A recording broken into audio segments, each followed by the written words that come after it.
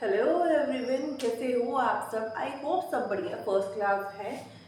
यही सोच के हम जो आज की वीडियो शुरू करने वाले हमने करा है ना, डेफिशिएंट डिमांड होता क्या है, कब होगा, जब एडी जो है कम होता है एएस से, या कि एएस बिल्कुल हाई होती है, उसके कंपैरिजन में एडी कम होती है। हमने नॉर्मल एक लेमैन लैंग्वेज में बताया था कि भाई रीज़न क्या हो सकते हैं, कि भाई हमने रीजंस बताए थे, पर आज हम पढ़ने वाले हैं बुकिश रीजन। ठीक है, क्योजेस कारण क्या होते हैं। So we have the first one is reduction in private consumption expenditure. मतलब प्राइवेट कंजम्पशन एक्सपेंडिचर मतलब हाउस होल्ड वाले जो कंज्यूम करते हो ना कुछ कंज्यूम करा जाता है। करते हो? हाँ, हम क्या करते कंज्यूम? खाते हो, पहनते हो कपड़े, पहनते हो ना। ठीक है, कुछ ना कुछ बाजार में जाते हो, बाजार में जाने के बाद कुछ ना कुछ एक्सपेंस करके आते हो।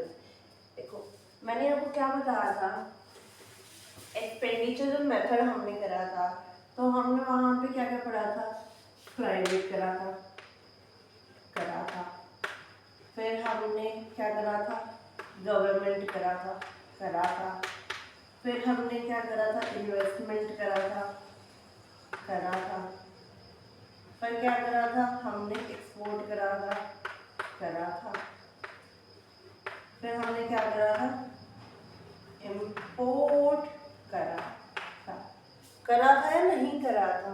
एक्सपोर्ट इम्पोर्ट अलग अलग क्यों? क्योंकि वो नेटिकल का है, डिफरेंस नहीं करा था हमने कि नेट एक्सपोर्ट। हाँ, चलो अब आज के क्योजेस यही है जो एक्सपेंडिचर मेथड में हमने 5 पॉइंट्स करे थे। The same points are the reason for the deficient demand. First देखते हैं private consumption expenditure.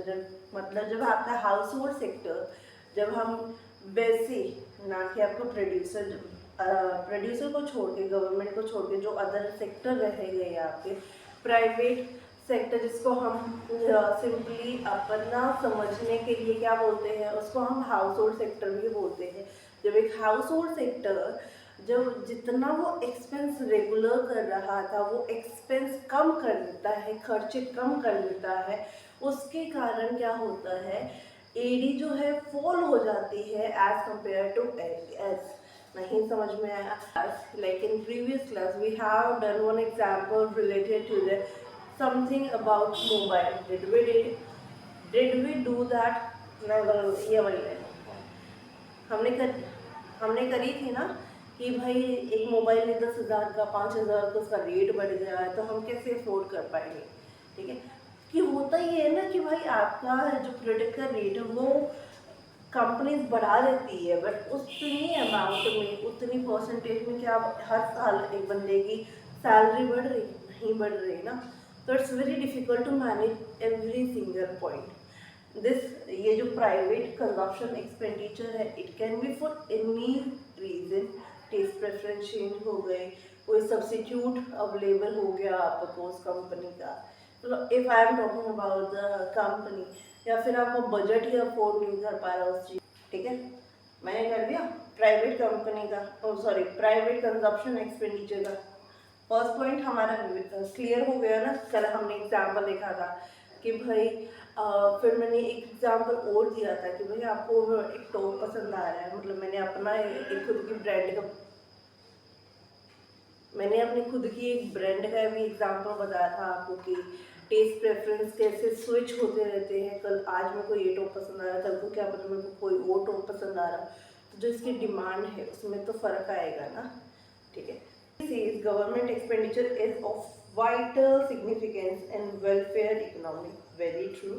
However, there could be a situation when public enterprise pile up huge losses owing to their inefficiency. In such situation, instead of making fresh investment, the government may restore to the disinvestment, that is withdrawal of investment, by selling its stake to the private entrepreneurs. This lead to fall in AD. अब काफी बंदे surprise हो रहे होंगे कि government के पास भी enterprise है। लाइक गवर्नमेंट भी ओन करती है ये सारी चीज़ें। भाई बहुत सारी ऐसी कंपनीज है, बहुत सारे ऐसे डिपार्टमेंट है जो सिर्फ और सिर्फ गवर्नमेंट के अंदर ही है, ठीक है।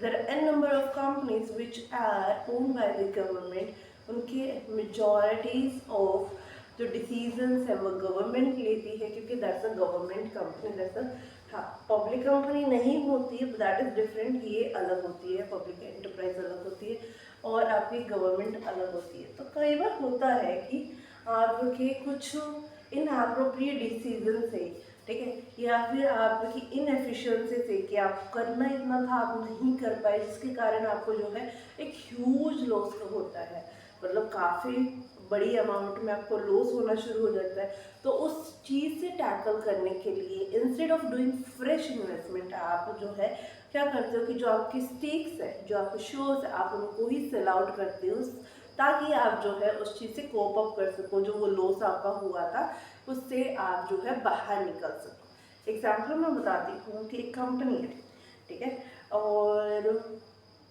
उस कंपनी हर साल बहुत अच्छा परफॉर्म कर रही है, बट अब की बार क्या हुआ, उस कंपनी में उनका कुछ ऑर्डर था, इतना ऑर्डर था, ठीक है, उन्होंने वो ऑर्डर कंप्लीट करना था, ठीक है, बट जो उन स्ट्रैटेजी बनाई थी, उस स्ट्रैटेजी के कारण वो स्ट्रैटेजी गलत हो गई, ठीक है, उनका डिसीजन जो है वो गलत हो गया, रिसोर्सेज उनके बहुत वेस्ट हुए हैं, ठीक है, उनके हाथ से ऑर्डर भी निकल गया है, जिसके कारण कंपनी को स्यू कर दिया गया है एंड एक मेजर अमाउंट उसको जो है भरना पड़ा है, जिसके कारण उसकी रेपुटेशन में डाउन हो गई है, उसके जो शेयर्स है की वैल्यू है वो भी गिर रही है। तो उस केस में क्या होता है कि पहला तो आपकी रेपुटेशन डाउन हो रही है, that's a big loss to a business, to a enterprise, जब उसकी वैल्यू डाउन हो जाती है। सेकेंड है कि उसके शेयर्स भी गिर रहे हैं, वहाँ पे भी जो उसने स्ट्रैटेजी प्लान करी थी वो उनके लिए अच्छी स्ट्रैटेजी नहीं बन पाई, that was not a good strategy, ठीक है, और उनकी इनएफिशिएंसी बहुत बाहर आई है। तो आपको कुछ अमाउंट तो पे करना है, बट जिसके जो आपकी रेपुटेशन डाउन हुई है उसके कारण जो आपको लॉस हुए आपको उससे कॉप अप करना है, जो आपकी सेल्स है डाउन हुई है उससे कॉप अप करना, और जो आपकी शेयर्स की वैल्यू डाउन हुई है आपको उससे भी टैकल करना है। तो उस केस में आप कोई फ्रेश इन्वेस्टमेंट नहीं करते हो, बट जो आपने चीज़ें कर रखी उसको ही आप बेटर करते हो कहीं ना कहीं से, ठीक है। तो this is what government expenditure says, ठीक है।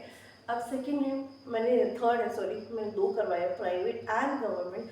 थर्ड है हमारा reduction in investment expenditure. Investment expenditure कौन करता है? प्रोड्यूसर करता है। कैसे? आपके फिक्स एसेट्स में और आपका इन्वेंटरी में। आया याद? हाँ हाँ, कुछ हल्का हल्का, कुछ धुंधला धुंधला मेरे को समझ तो आ रहा है, ऐसे दिमाग में मैं जोर डाल रही हूँ, जैसे वो सीरियल्स में होता है ना कि दिमाग पे जोर डालने के बाद ऐसे होता है, थोड़ा सा दर्द होता है दिमाग पे और फिर वो बेहोश होता है। बेहोश मत हो, दोबारा वीडियो देख लेना, आपको याद रहेगा। तो again I want to read the statement of this. What it says, investment expenditure is another important component of ED. Any reduction in investment expenditure implies a reduction in AD. Investment expenditure may reduce in situation of poor business expectation. It happened in all market economies of the world in the मतलब जो भी year आएगा।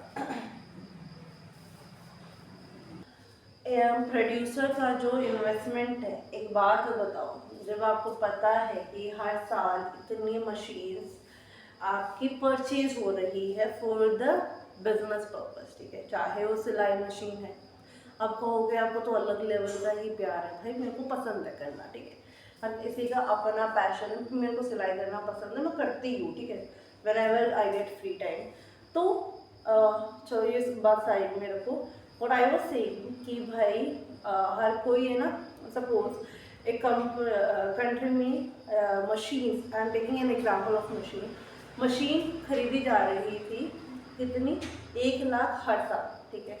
अब 1 लाख हर साल जा रहा था तो इट मीन्स उतनी ही प्रोवाइड करी जा रही थी। पिछले 10 साल से अगर 1 लाख खरीदी जा रही है, 1.5 लाख खरीदी जा रही है, तो सप्लायर को भी पता होता है कि हाँ हमें इतनी सप्लाई करनी है। अब कि इस साल जो 2024 है, 2023 का है।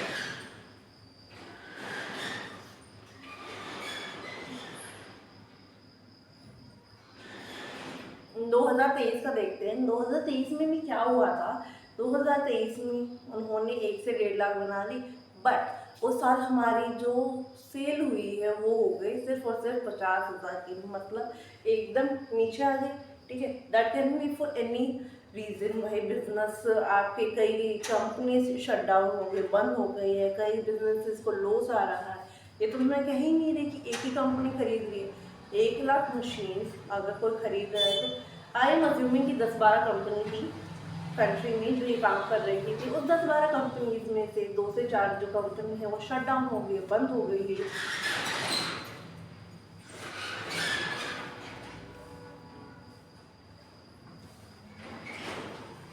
जो 10 से 12 कंपनी थी उसमें 2 से 4 कंपनी जो शट डाउन हो गई, बंद हो गई है। अब 3 से 4 कंपनीज में जो है बहुत सीवियर लॉस चल रहा है, नेक्स्ट लेवल ह्यूज लॉस, बहुत ज़्यादा लॉस चल रहा है। उसके कारण वो नई मशीन जो है अफोर्ड नहीं कर पा रही है। इसलिए उन्होंने डिसाइड कर रहा है कि let's just not invest this year into machine. ठीक है, वो मशीन में इन्वेस्ट नहीं कर रहे हैं। तो आपका जो प्रोड्यूसर जो इन्वेस्टमेंट में एक्सपेंडिचर करता है और उसमें रिडक्शन होता है, that can be for any reason. चाहे लॉस हो रहा है, चाहे कंपनी बंद हो गई है, या फिर गवर्नमेंट ने कुछ ऐसी पॉलिसीज़ बना दी है जो उसकी अगेंस्ट है। ठीक है, या फिर आपके रेट्स ज़्यादा हो रहे हैं। अगर कोई बंदा एक्सपोर्ट कर रहा है, उसकी एक्सपोर्ट में एकदम गिरावट हो जाती है। ठीक है, और वो ज़्यादा इम्पोर्ट करेगा और एक्सपोर्ट नहीं हो पा रहा है। तो this can be the reason कि आपका क्यों ये सारी चीज़ें हो रही है। प्रोड्यूसर आपका इन्वेस्टमेंट में कम खर्चा क्यों कर रहा है। ठीक है, तो देखो 2 पॉइंट्स हैं, एक है प्राइवेट का, एक है आपका किसका, प्रोड्यूसर का। ठीक है, अब प्रोड्यूसर के ही हमारे 4 पॉइंट्स हैं। एक हमारा गवर्नमेंट, एक हमारा export, import and increase in rate. अब इंक्रीज इन रेट देखते हैं। इंक्रीज इन रेट में होता क्या है, और it says increase in tax rate leaves lesser disposable income with the people. It reduces their incapacity to spend, even their propensity to spend remain the same. Lower disposable, देखो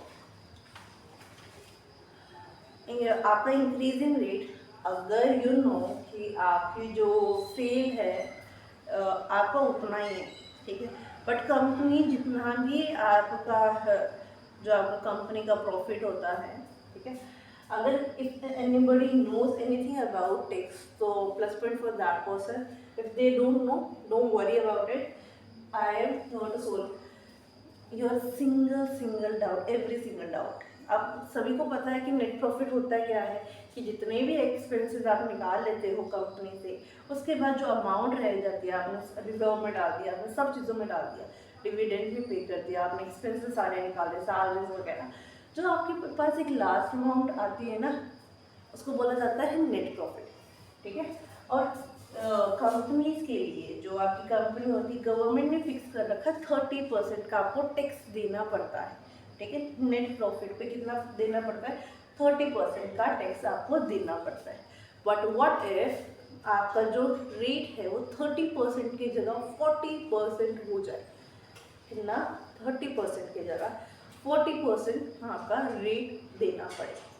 अगर मान लो कोई बंदे का नेट प्रॉफिट,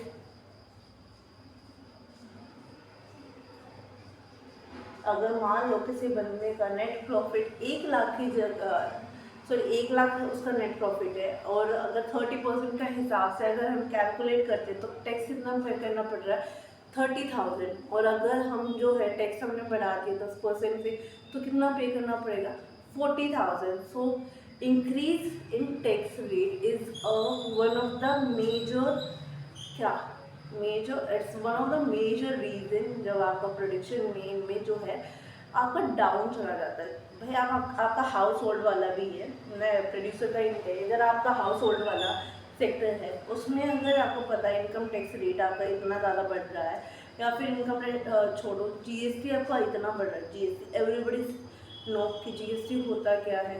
आप बीकानेर के outlet में जाते हो, कुछ ना कुछ खाते हो, तो आपको होता है ना कि भाई 18% का है, 28% का है, 12% का है, आता है वहाँ पे। तो अगर पता चले कि वो 12% की जगह 20% हो गया है, तो ऑब्वियसली जो आपका एक्सपेंस है, जो कंज्यूम करने का है, वो आपका जो है कम हो जाएगा।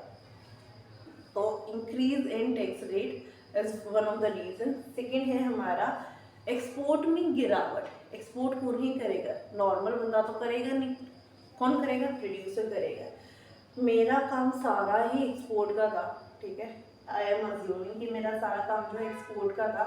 मेरे को 15-20 साल से बहुत अच्छा प्रॉफिट हो रहा था और मेरी बहुत अच्छी इनकम हो रही थी।